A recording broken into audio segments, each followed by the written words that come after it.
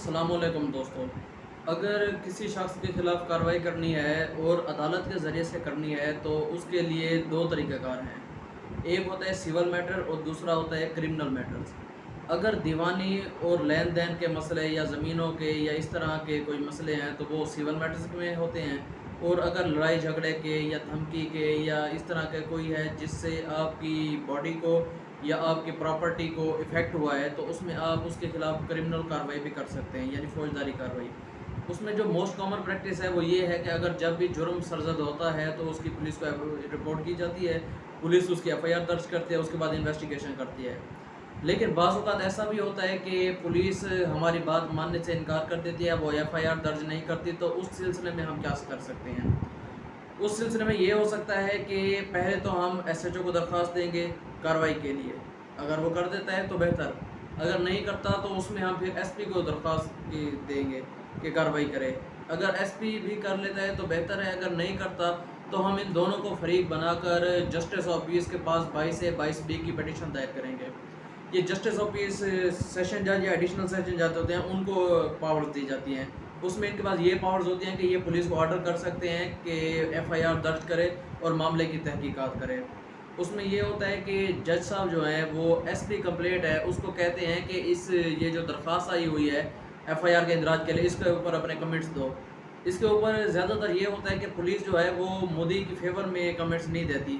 اس کے خلاف ہی دیتی ہے۔ کوئی بھی کہتی ہے لین دین کا مسئلہ ہے، یا کبھی کہتے ہیں کہ جھوٹی ہے بات، یہ ہے وہ ہے، مختلف طریقے سے ڈالتی ہے۔ لیکن اس میں یہ ہے کہ عدالت کے اوپر باؤنڈ نہیں ہے کہ وہ ایس پی کی بات مانے، عدالت کو چاہیے کہ اپنا جوڈیشل مائنڈ استعمال کرے، اور عدالت یہ بھی کر سکتی ہے کہ پولیس کی رپورٹ سے نا اتفاق کرتے ہوئے بھی پولیس کو آرڈر کرے کہ پولیس اس میں ایف آئی آر درج کر کے کارروائی کرے۔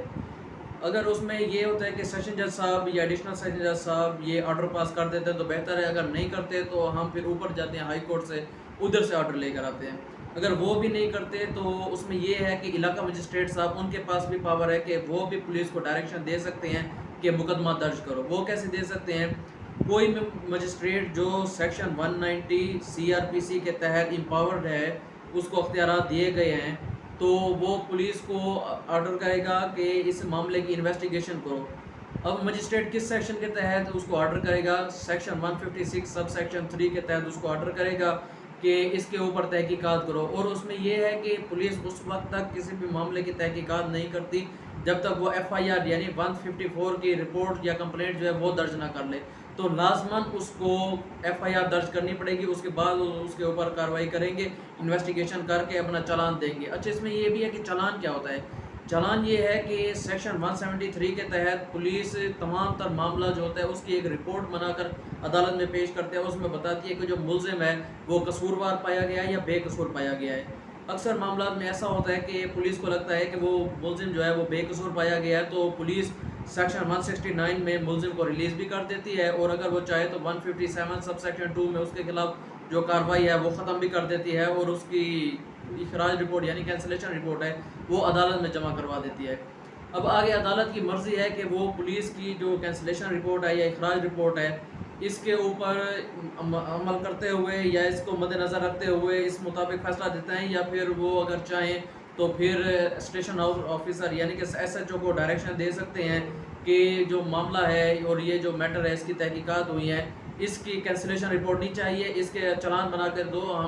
ہم نے آگے اس کا ٹرائل چلانا ہے۔ تو اس میں ایس ایچ او اور وہ جو پولیس والے ہیں وہ باؤنڈ ہیں کہ وہ اس کا چلان دیں گے، اس کے بعد ٹرائل چلے گا۔ ٹرائل میں وہی ہوگا جو ہوتا ہے، پہلے چیف ہوگا، پھر اس کے بعد کراس ہوگی، پھر اگر ضرورت پڑی تو ری ایگزامینیشن ہوگی، 342 کی اسٹیٹمنٹس ہوں گی، اس کے بعد آرگومنٹس ہوں گے، اور اس کے بعد ججمنٹ ہوگی۔ اچھا، ان سب کے علاوہ اگر ان میں سے کوئی بھی ریمیڈی نہ ملے، یعنی کہ نہ تو پولیس ایف آئی آر درج کرے، نہ ایس پی اس کے اوپر کوئی عمل درآمد کرے، نہ اس میں جسٹس آف پیس کچھ کریں، نہ اس میں ہائی کورٹ کرے، اور نہ ہی مجسٹریٹ صاحب کریں، تو اس میں کیا کر سکتے ہیں؟ کیا اس میں اب ہمارے پاس تمام سہولیات اور ریمیڈیز جو وہ ختم ہو گئی ہیں؟ اب پھر بھی ایک ریمیڈی بچتی ہے، اور وہ ہے استغاثہ، جس کو کہتے ہیں کمپلینٹ انڈر سیکشن 200۔ ہم وہ عدالت میں دائر کر سکتے ہیں۔ اس میں یہ ہوتا ہے کہ اس میں پولیس سے تمام یعنی کہ پولیس کو جو انویسٹیگیشن ہوتی ہے وہ نہیں دی جاتی، اور عدالت ہی سب کچھ کرتی ہے۔ اس میں اکثر یہ ہوتا ہے کہ استغاثہ تب بھی دائر کیا جاتا ہے جب مدعی کو لگے کہ اس کا کیس جو ہے وہ پولیس نے خراب کر دیا ہے، یا اس کے کیس میں اس جگہ پر ڈیفیکٹ آ گیا، اور اس ڈیفیکٹ کی وجہ سے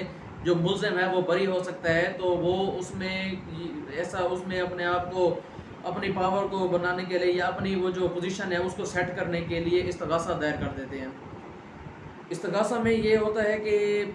جج صاحب جو ہیں وہ ملزم کو طلب کرتے ہیں، اس کے بعد اس سے شورٹی لیتے ہیں، اور اس کے بعد جو ٹرائل ہے اس کا آغاز ہوتا ہے۔ اس میں بھی یہ ہوتا ہے چیف ہو گیا، کراس ہو گیا، 342 وغیرہ وغیرہ، اور اس کے بعد سزا ہو سکتی ہے۔ اس میں یہ ہو سکتا ہے کہ اچھا اس میں یہ بھی ہے کہ اگر چلانی کیس ہے وہ بھی چل رہا ہے جس میں پولیس کی طرف سے چلان جمع کروایا گیا ہے، اور ایک وہ کیس بھی چل رہا ہے جس میں استغاثہ دائر کیا گیا ہے،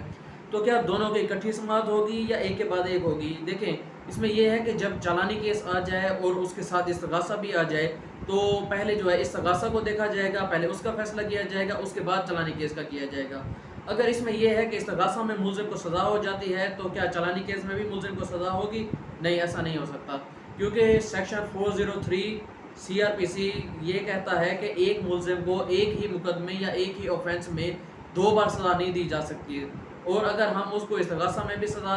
دیں گے اور اس کے بعد جو چالانی کیس ہے اس میں بھی سزا دیں گے تو یہ تو ڈبل جیوپرڈی ہو گئی، یعنی کہ اس کو ڈبل سزا مل گئی، جو کہ قانون کی نظر میں بالکل اللیگل ہے۔ اس لیے اس طرح کسی کو بھی 2 بار سزا نہیں دی جا سکتی۔ اچھا اب یہ دیکھتے ہیں کہ ایسا ہو گیا کہ ایک شخص کے خلاف FIR درج ہو گئی ہے، اب یا تو پولیس نے اس کو اریسٹ کر لیا ہوگا یا اس کو اریسٹ کرنے کے لیے اس چھاپے مار رہے ہوں گے۔ اگر اس کو اریسٹ نہیں کیا اور وہ کسی اور ضلع میں ہے تو اس کو چاہیے کہ وہ جو جس بھی ضلع میں ہے پاکستان کی کسی بھی ہائی کورٹ سے پروٹیکٹیو بیل لے کر آئے اور اس کے بعد سیشن کورٹ میں بیل دائر کرے، اس میں اس کو انٹرم پری اریسٹ بیل مل جائے گی۔ انٹرم یعنی تقریباً ہفتے بھر کے لیے ہوتی ہے۔ اس میں یہ ہوتا ہے کہ جج صاحب اس کو آرڈر کرتے ہیں کہ جا کر شامل تفتیش ہو، اس کے بعد جو اگلی پیشی ہوتی ہے اس کے اوپر نوٹس دیا جاتا ہے جو مدعی پارٹی ہیں اس کو، سرکار کو، اور وہ آگے آرگومنٹس کرتے ہیں، اور اگر جج صاحب سمجھتے ہیں کہ اس کو بیل واقعی ملنی چاہیے تو وہ جو پری اریسٹ بیل ہے، انٹرم پری اریسٹ بیل، اس کو کنفرم کر دیا جاتا ہے اور ملزم کی ضمانت پکی ہو جاتی ہے۔ لیکن اگر جج صاحب سمجھتے ہیں کہ نہیں اس کی ضمانت تو نہیں ہونی چاہیے تو وہ جو انٹرم پری اریسٹ بیل ملزم کو دی گئی جاتی ہے اس کو کینسل کر دیا جاتا ہے اور ملزم اس طریقے سے گرفتار ہو جاتا ہے۔ لیکن اگر وہ ملزم جو ہے وہ اریسٹ میں ہے یعنی کہ گرفتار ہو گیا ہے تو اس میں 2 طرح کے ریمانڈ ہوتے ہیں، ایک ہوتا ہے فزیکل ریمانڈ، دوسرا ہوتا ہے جوڈیشل ریمانڈ۔ فزیکل ریمانڈ میں یہ ہوتا ہے کہ جو ملزم ہے اس کو پولیس کی کسٹڈی میں دیا جاتا ہے، ہوتا ہے کہ تب تک ملزم کو ضمانت نہیں دی جا سکتی پوسٹ اریسٹ بیل جب تک کہ وہ جوڈیشل نہ ہو جائے۔ جوڈیشل سے مراد وہ جیل نہ چلا جائے۔ تو اس میں یہ ہے کہ فزیکل ریمانڈ جو ہے وہ زیادہ سے زیادہ 14 دن کا ہوتا ہے، اور اس میں یہ نہیں کہ جج صاحب ایک ساتھ ہی 14 دن کا ریمانڈ دیں گے، ایسا نہیں ہوتا، بلکہ اس میں یہ ہوتا ہے کہ 2 دن، 4 دن، 3 دن، اس طریقے سے کر کے زیادہ سے زیادہ 14 دن کا ریمانڈ دیا جاتا ہے۔ اس کے بعد ملزم کو جوڈیشل کر دیا جاتا ہے، اور جیسے ہی ملزم کو جوڈیشل کیا جاتا ہے اس کے بعد ہم اس کی پوسٹ اریسٹ بیل دائر کرتے ہیں۔ اچھا اس میں یہ بھی سوال ہے کہ پوسٹ اریسٹ بیل کس جگہ پر دائر کر سکتے ہیں؟ اگر مقدمہ کا چلان انڈر سیکشن 173 پولیس نے جمع کروا دیا ہے اور وہ جو کیس ہے وہ جو کمپیٹنٹ کورٹ ہے اس میں چل رہا ہے تو ہم اس کمپیٹنٹ کورٹ میں ہی بیل دائر کریں گے، پوسٹ اریسٹ بیل۔ لیکن اگر اس مقدمہ کا چلان نہیں آیا اور وہ جو کیس ہے ابھی علاقہ مجسٹریٹ صاحب کے پاس چل رہا ہے تو ہم علاقہ مجسٹریٹ کے پاس وہ جو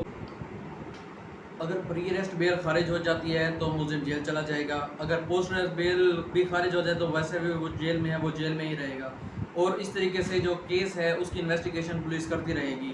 لیکن اگر وہ بری ہو جاتے ہیں تو وہ اپنے اپنے گھروں میں چلے جائیں گے، اس کے بعد کیس کا کچھ نہیں ہوگا، تب تک کچھ نہیں ہوگا جب تک مقدمہ کا چلان نہیں آتا۔ ایک بار مقدمہ کا چلان آ جائے اس کے بعد ان کو طلب کیا جائے گا اور اس کے بعد ٹرائل چلایا جائے گا۔ اس کو طلب کر کے اس سے پوچھا جائے گا کہ اس کے اوپر چارج فریم کیا جائے گا کہ ہاں بھئی آپ نے یہ جرم کیا ہے یا نہیں۔ اگر وہ پلیڈ گلٹی کرتا ہے تو جج صاحب چاہیں تو اس کو سزا دے سکتے ہیں، لیکن اگر وہ پلیڈ ناٹ گلٹی کرتا ہے تو اس کا ٹرائل چلایا جائے گا، پہلے اس کا چیف ہوگا ایگزامینیشن ہوگا، اس کے بعد پھر اس کے کراس ہو گئے، یہ ملزم کا نہیں ہوگا، یہ ہوگا مدعی کا اور اس کے گواہان کا، پہلے چیف ایگزامینیشن پھر کراس ایگزامینیشن، اور